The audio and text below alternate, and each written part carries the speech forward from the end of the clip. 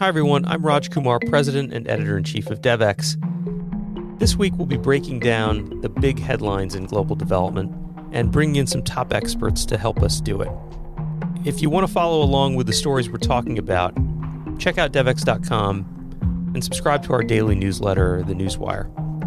There's a link in the description. Follow us along on Twitter and you can see many of the stories we're talking about today, and we'd love to hear what you think. This is This Week in Global Development. I'm really thrilled to be joined by my colleague, David Ainsworth, who is the business editor here at DevX. Hey, David. Hey, Raj. How you doing? Good to be with you. And Nicole Goldman is our special guest this week, who is a senior fellow at the Atlantic Council's Geoeconomics Center. Hey, Nicole. Hey, Raj. Great to be with you. Hey, David. Yeah, nice to be with you both. So, not surprisingly, one of the themes we talk about often on this show is back in the headlines this week, and that is localization and decolonization. So I think we're going to spend most of our time today just talking through those issues. And obviously it's something you know so well, Nicole. I don't even know how to get into your background because you've had so many hats over the years, but you've worked at the World Bank and at UNICEF, and you're well known in the USAID world for having helped to author the very first youth and development policy. And you just spent a lot of time in the NGO and development community around USAID. So thrilled to have you here to talk about this topic. We had a story this week, and maybe David, you can just take us into it, a story for our pro members that really kind of flips the script a little bit, where we asked community groups, the people that are sort of the target of localization, we asked them, what do they think of what USAID is trying to do around these locally led indicators? Tell us a bit about what that story found, David. This goes back to last year. USAID, it goes back a couple of years when USAID set itself two main targets. One was that 25% of its funding would go to local organizations by 2025, and the other one was that half of its programs would be locally led by the end of the decade. Now, they took quite a while to work out what locally led really meant. They spent a long time. They spoke to more than 300 community leaders. They did a lot of consultation, and they came up with 14 indicators that they said, all of which might indicate that a program was locally led. And if the program ticked any two of those boxes, in the opinion of the USAID staff who were kind of overseeing the program, then it might count as locally led. That came out last year. There's been some discussion about it, and we went and we talked to my colleague Alyssa Mialine went and talked to a number of community leaders and said to them, what do you think of this? Is this strong enough? Does this really fit in with what you're kind of expecting? Does this do what you need? And they gave a very mixed reaction. Some of them were really happy at the fact that USAID had been so thoughtful, so engaged in consultation, but others said, well, yeah, this has been a great piece of consultative work, but we haven't really seen that much change yet. We haven't really seen this actually practically make any difference, and kind of we'll believe it where we see it. And cautiously optimistic and skeptical, that was kind of where they fell. Yeah, I mean, Nicole, you know what it's like inside USAID as well as other similar agencies. I guess I kind of wonder, how realistic is it to think that by now, I mean, it has been about 3 years, but that by now you would see real practical movement on the ground when it comes to, sending more money directly to locally led initiatives and local organizations. What's your feeling about this, kind of the implementation realities of this? Yeah, thanks, Raj. I mean, I found, the story really interesting. Localization is one of these, a little bit of what's old is new again, in the sense that, it's something that in some shape or form has been around for some time, right? It's been always an effort to partner and have more cooperation. I think, fair to say, this recent push has arguably had more teeth behind it and has been a stronger commitment, and the efforts around, coming up with the indicator, setting the best practices, and figuring out a way to really measure that progress is notable and laudable to many. But I think, you're right. It does take time. I mean, as I said, this general effort is not necessarily new, and I think there is probably an impatience for results, both within the agency and within the communities that we seek to serve and partner with. So, I'm not necessarily surprised to hear of the reluctance to sort of praise too much yet. But also, I do think that these efforts and what we're seeing and the goals and commitment are a good sign and are sort of stronger. And there is sort of money and effort, to see what's behind. I mean, I do think, another piece I'll just, mention for now, and we can dig into a little bit more is, the funding target is one thing, but I think the broader conceptualization of what locally led means beyond just putting the financial resources into the hands of local organizations is something notable. And that's also, I think, a part of this puzzle. And, on the one hand, the money might be easier to track, but I think it's those other pieces that might be harder to track, but also take a little bit longer to really take root. Yeah, they kind of get into what localization really means, because the fear around this, and as you say, it's not new. This has been tried many times in many administrations. The fear is that it gets kind of taken over by the lawyers and accountants, and right. And people figure out how to like technically comply, how to incorporate overseas and get the board to be just right in terms of the mix of local nationals versus international people, and kind of meet these kind of very technical requirements to say, look, we're local. And I think what this measure seeks to do is say, well, actually, there's something a little bit more qualitative here. And we're going to retain a little authority here at USAID to decide, qualitatively, does this thing really feel local or not? We've got a bunch of indicators to do that. Of course, even those indicators are relatively easy. I mean, you could find plenty of ways that you could check those boxes and maybe still not have something that's quite as transformative as what a lot of the proponents, including people inside USAID, want to see. So it is a challenging set of issues.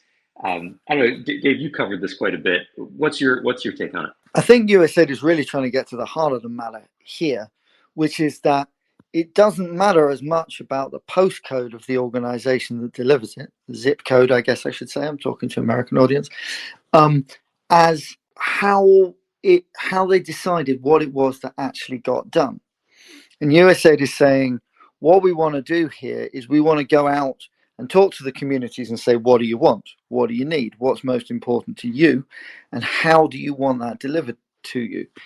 And that's problematic, actually, for USAID. They don't have that much time and that much resource to kind of do this kind of scoping work on every single project. It seems kind of ridiculous that an organization that has billions and billions of dollars of resources, the largest bilateral donor in the world, doesn't necessarily have the resource to do it. But USAID, in terms of its own staffing resource, is quite stretched.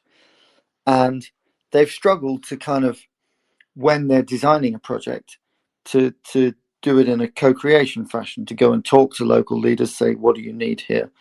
How are we going to do it? And they're attempting to flip this script, which I think is really admirable, that they're trying to make that happen. And I think they are right, that this is more important than the funding target. If you deliver the funding to local organizations, but they're still basically just doing what USAID has told them to do and meeting USAID's kind of goals, then it still isn't a complete success in terms of development, because it's still people from the global south doing what people from the global north told them to do. It's a totally fair point. I mean, really, when a lot of the proponents talk about this is why language is so important. The words localization and decolonization are sometimes used interchangeably, but I think also sometimes people use them specifically because they want to suggest this more transformative shift that you just pointed to, David, which is the idea that the problems of the global south get defined in a conference room in Washington, D.C., and then the solution gets written up in that same conference room, and then an RFP goes out and says, look, we'll hire maybe a local group to go and execute on the thing we decided needs to be done. And that's not really the spirit, I think, of what a lot of campaigners for a really new way of doing development are calling for.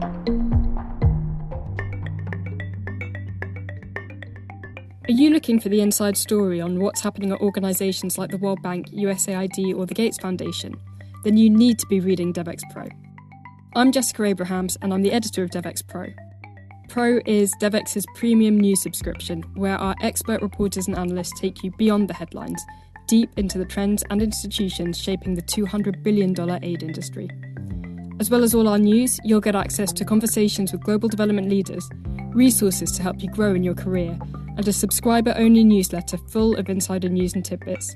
See for yourself by getting a free trial today at devex.com/pro.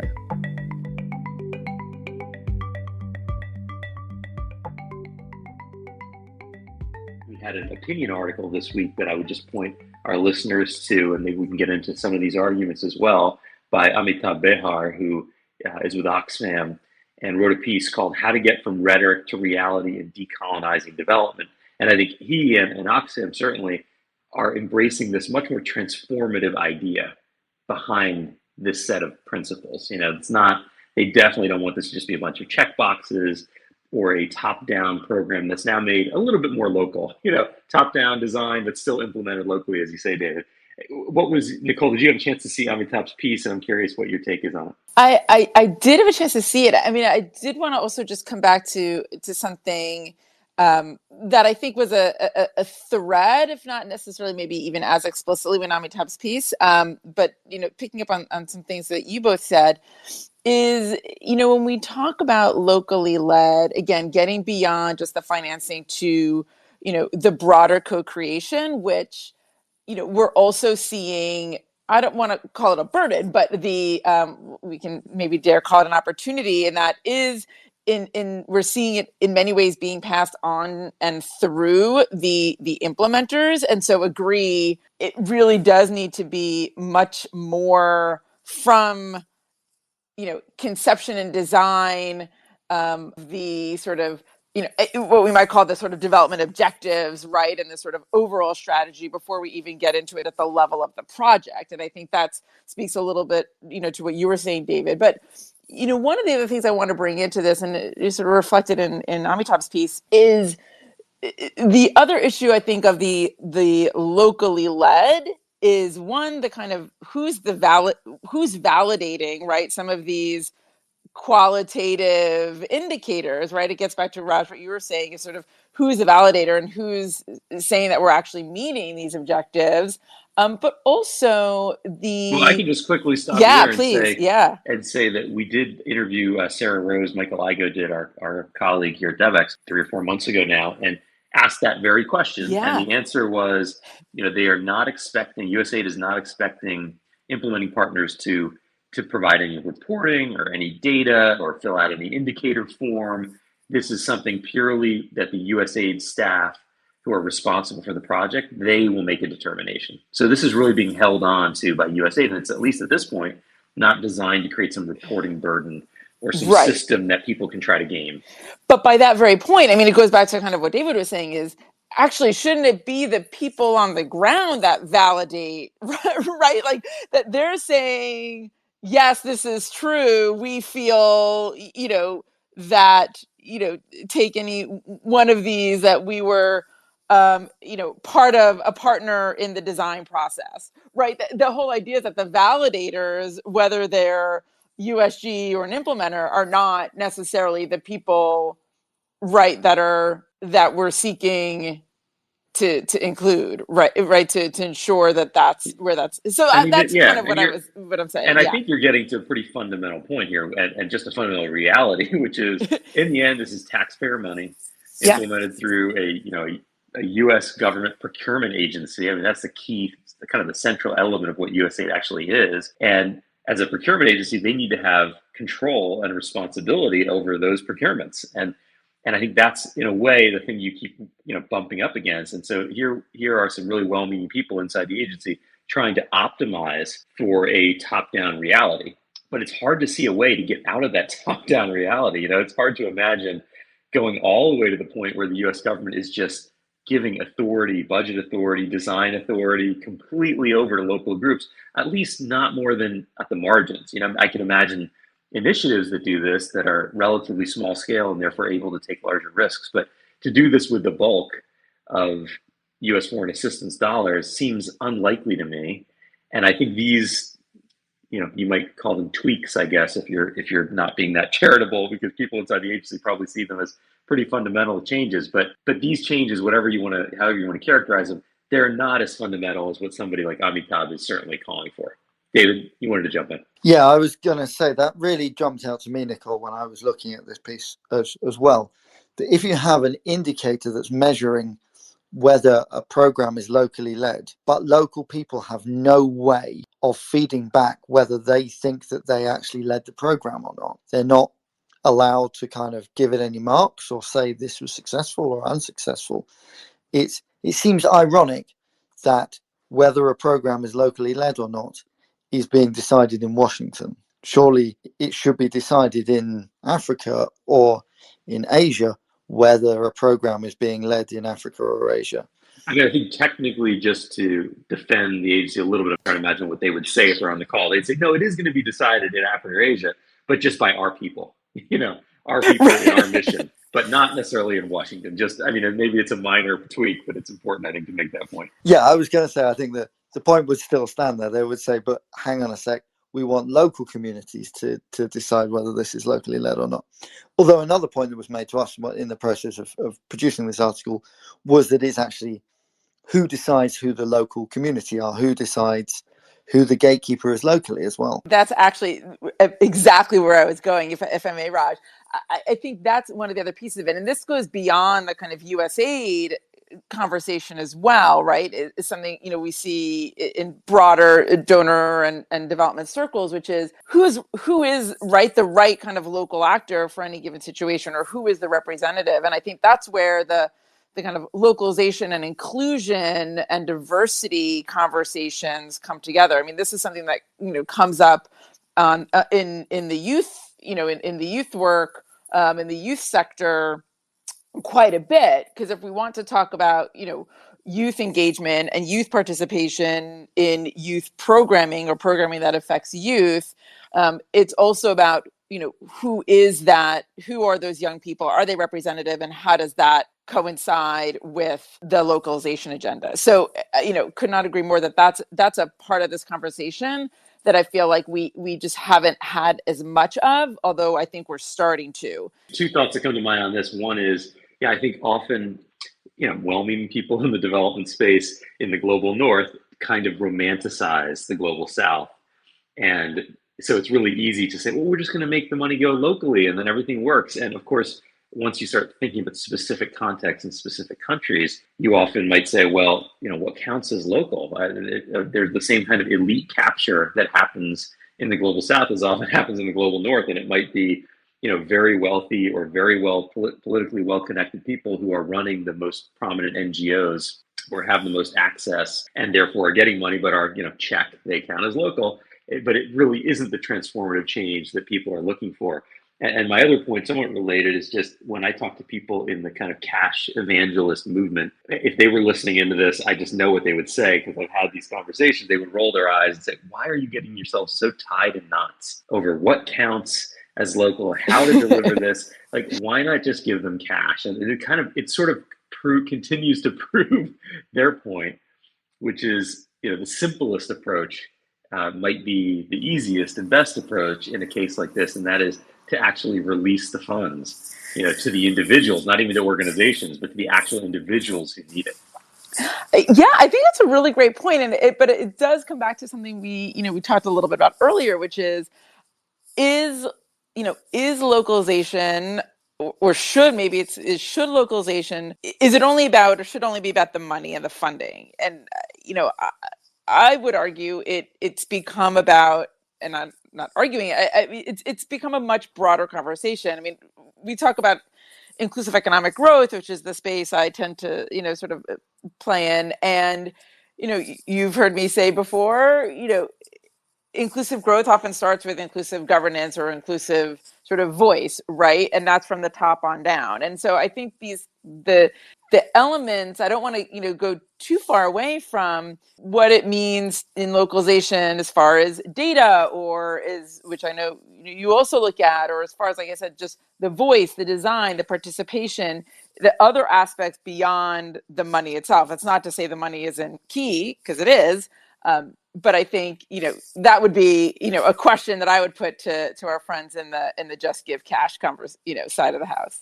Yeah, I think just going back to Amitabh's piece, he makes a couple of interesting points. Like, one is he lays out the idea that some large NGOs like Oxfam and ActionAid have actually moved their headquarters to the Global South.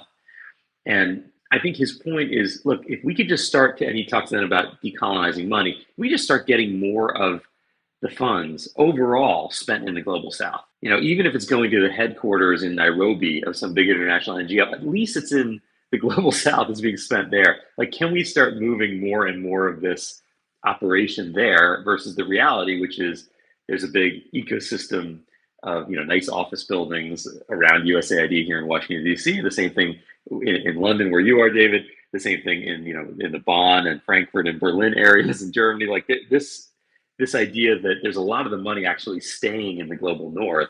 And could we just start to move some of that to the global south, even if it's imperfect, even if it's not going straight to the person who ultimately needs it, but you're at least getting it spent there locally. That I think is at least part of what Amitabh is pointing to. Go ahead, David. You reminded me of something that was said to me right when I started working at DevEx by just as I was kind of researching the development sector, and he said, yeah, these people are moving their offices to the global south, and we spoke to other NGOs and they said, why aren't you following them? And they said, we thought financially it would be a disaster because we need to be in Washington, we need to be in London, because the most important thing for us to get money is to be able to walk down the road to where the offices of the major funders are and to know what's going on there. And so it's more important to us to be close to our funders' offices than to be close to the work that we're doing.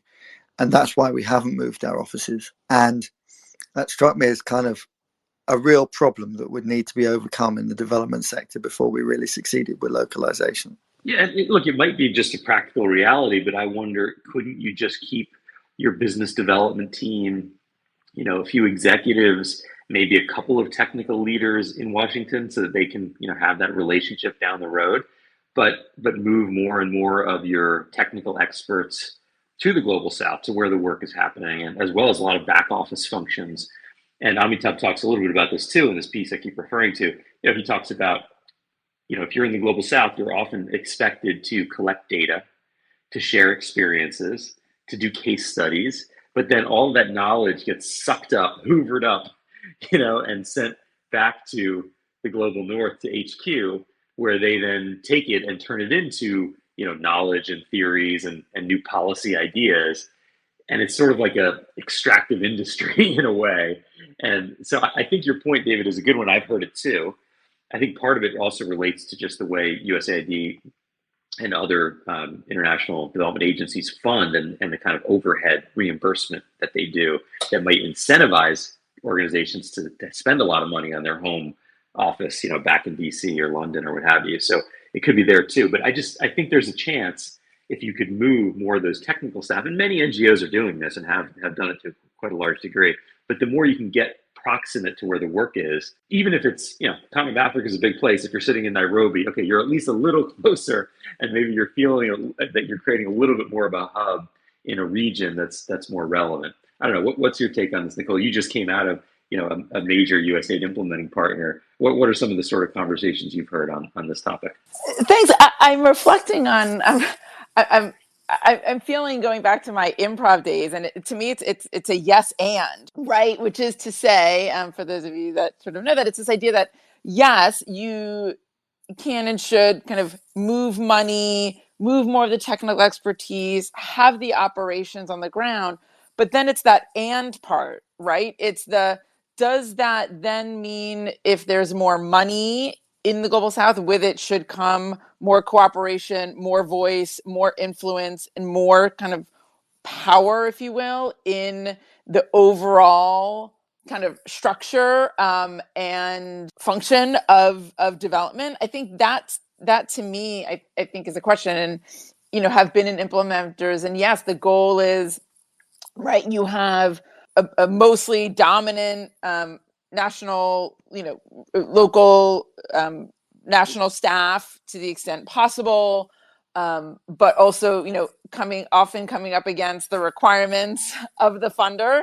And so, making sure you're sort of optimizing local capacity, local partners, local staff, but also building that capacity, and that, through the program and through your partnerships, and through your, your sub-granting. And I think that, all of that is a big piece of it. And yes, that can come from having more robust operations and a bigger footprint on the ground.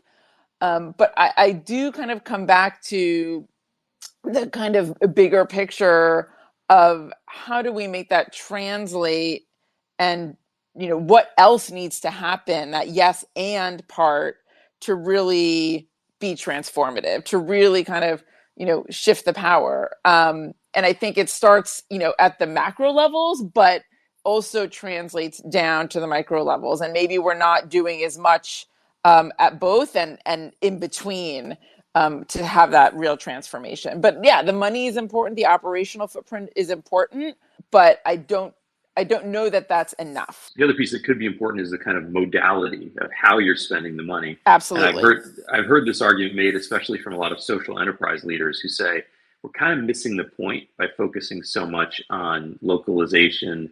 And essentially, you're taking this old-fashioned model of contracts and grants, and you're just trying to localize it.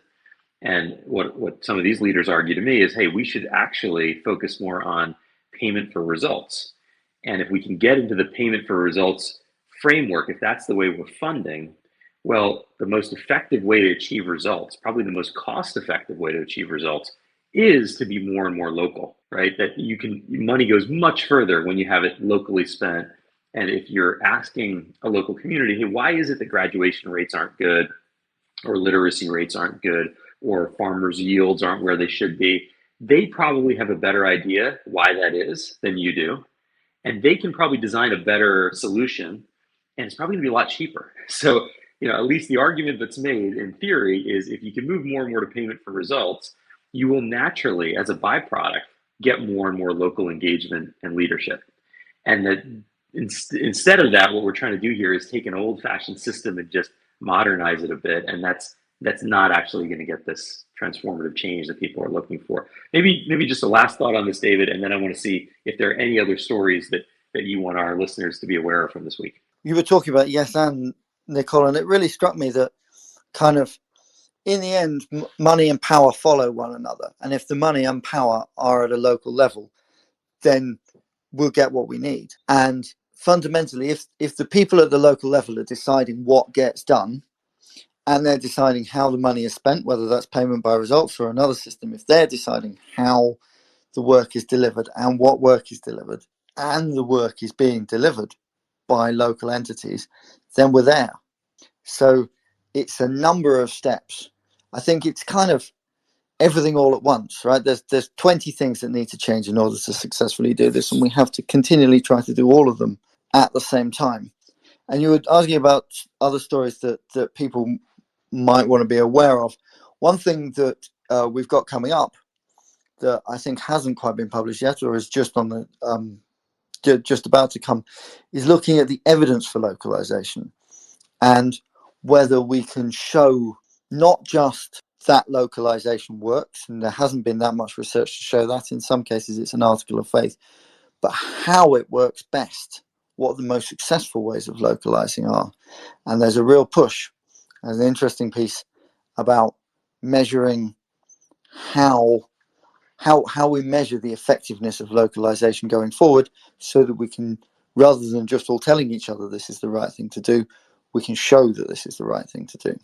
Go ahead, Nicole. We're just getting close to wrapping up, but give us your final thoughts. No, just a very quick pickup on that. I would say, really interested to see the evidence of localization, but I think one aspect of this conversation also is the localization of evidence building, right? And I think there's been conversations around kind of the localization of evaluation, monitoring, and evidence building, and I think that's another kind of piece of it, that it's sort of both sides of the coin.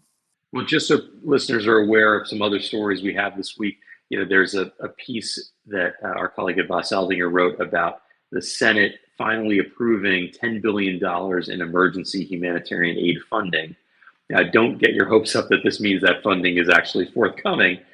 It is one important step in the process. If you've been following the drama on the U.S. Capitol, it's all about funding for Ukraine, Israel, Gaza, the border, and trying to do a border deal. And a piece of this, kind of an asterisk that doesn't get as much attention in the mainstream, but has been important, is including in all of this some humanitarian funding.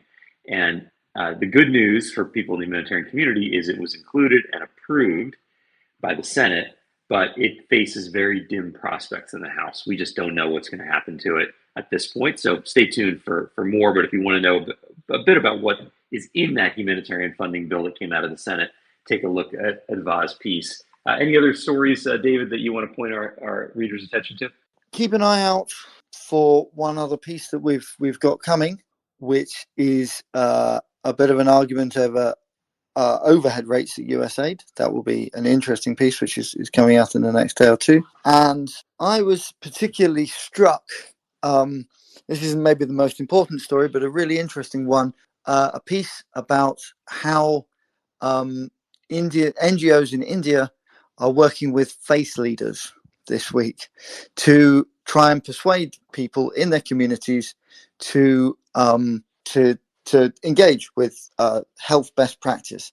And it struck me as a really interesting example of trying to do things a little bit differently. That jumped out at me. All right, fantastic. Well, lots of reading to be done. If you haven't seen those pieces, please check them out. And of course, if you want to know all of the stories we're publishing here at DevX, all you got to do is subscribe to the Newswire, which is our free daily newsletter read by a couple of 100,000 people like you, development practitioners and leaders all around the world. We appreciate your subscription to that, and we appreciate all of you tuning in and listening in. Nicole Golden, Dave Ainsworth, and for me, Raj Kumar, thank you so much. This has been another episode of This Week in Global Development. Thanks. Thanks, guys. Pleasure to be here. This has been This Week in Global Development. If you enjoyed this episode, don't forget to subscribe using the link in the description. To get even more coverage and analysis on the most pressing development issues of the day, become a DevX Pro member by going to devx.com/membership and signing up. Thank you for listening, and see you next week.